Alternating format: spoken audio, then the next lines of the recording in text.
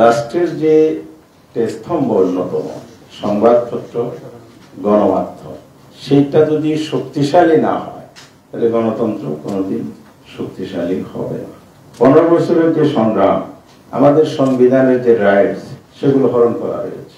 Article 39 বলা হয়েছে চিন্তা এবং বিয়োগের স্বাধীনতা বা বিকাশ।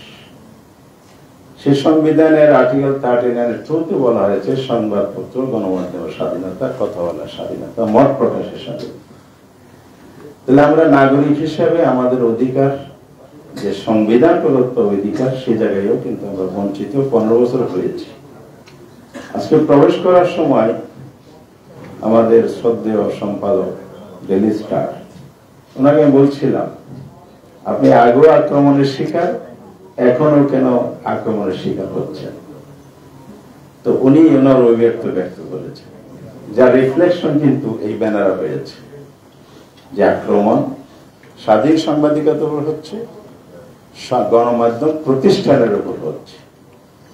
তাহলে এই দুটি আক্রমণ প্রতিষ্ঠান হিসেবেও যা, পেশা হিসেবে স্বাধীন সাংবাদিকতা একই আক্রমণ হচ্ছে।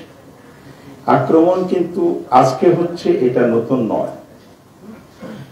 আগে ডেইলি স্টারের সম্পাদকের বিরুদ্ধে মামলা হয়েছে, প্রথম আমাদের পত্রিকার সম্পাদকের মামলা হয়েছে, দৈনিক সংগ্রামের সম্পাদক সিনিয়র সাংবাদিক ওনারা সকলে, ওনার বিরুদ্ধে মামলা হয়েছে, হয়রানি হয়েছে। কারা করেছে? ফেসিজম যারা আছে, যে রিজিমটা আগে ছিল, সেই সময় থেকে হয়রানি, নির্যাতন, জুলুম নির্যাতন চলছে সাংবাদিকদের উপর, গণমাধ্যম প্রতিষ্ঠান এবং মালিকদের উপর, সম্পাদকদের উপর। এবং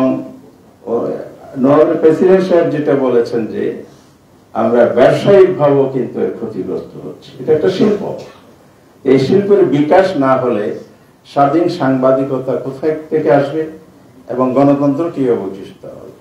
এই জায়গায় আমাদের বক্তব্য সুস্পষ্ট। গণতন্ত্র যদি আমরা প্রতিষ্ঠা করতে চাই, সত্যিকার গণতান্ত্রিক শাসন ব্যবস্থা যদি পেতে চাই, তাহলে অবশ্যই স্বাধীন সাংবাদিকতার নিশ্চয়তা রাষ্ট্রকে দিতে হবে, সরকারকে দিতে হবে। এই জন্য আমি আশা করব, আমরা অতীত দল হিসেবে বাংলাদেশ জামাত ইসলামী স্বাধীন সাংবাদিকতার পক্ষে ছিলাম।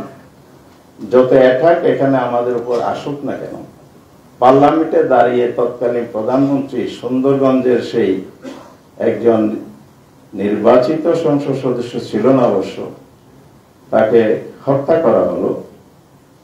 সরকার প্রধান বলে দিল সংসদ নেত্রী জামাত শিবিরে হত্যাকাণ্ড ঘটিয়েছে। এই দায়িত্বশীলতার সর্বোচ্চ জায়গা থেকে পার্লামেন্টে দাঁড়িয়ে এ ধরনের বক্তব্য, আর সেটার পিছনেও কিন্তু আমরা দেখেছি এক শ্রেণীর সাংবাদিকতার পেশায় নিয়োজিত গণমাধ্যম ভূমিকা খুবই দুঃখজনক ছিল।